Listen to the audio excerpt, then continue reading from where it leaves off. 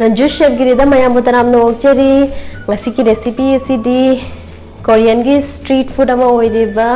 Dalgona toffee masi yumda matau karamna semgani haibaduni ado amuk mayam yengminarasi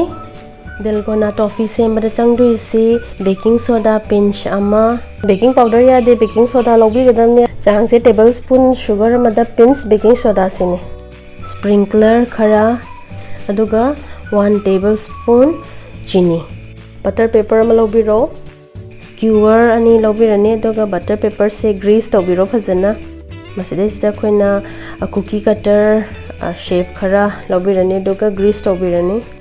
akon bakhabe ma lobiro jali gumba ma thambiraga madugi mathakta khabai se thambiraga chini se hapsanbiro adudagi otpa hobiro tamna olaga melt holani direct mai da suntam thambiro da bani burn tawgini chini se masi yare phajana melt tawre baking soda pinch ama hapaga sat launa gar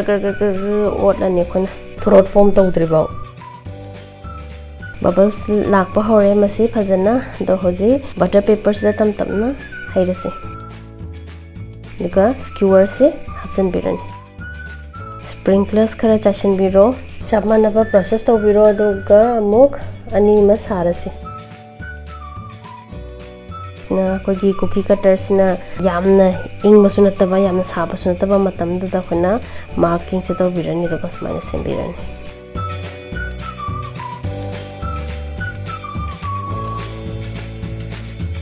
Hauze akhona punna yeminakre Korean street food ama oidiba Dalgona toffee se kamaina yumda sem ganiana step sing se phajana follow tawbiyo aduga yumdang tang semaga yengbiyu comment section da hapiro kamaina turn out tawe habdo akhoi video sibu adomna pambirabadi like button nambiramo share su tawbiyo subscribe tawbidana support su tawbiyo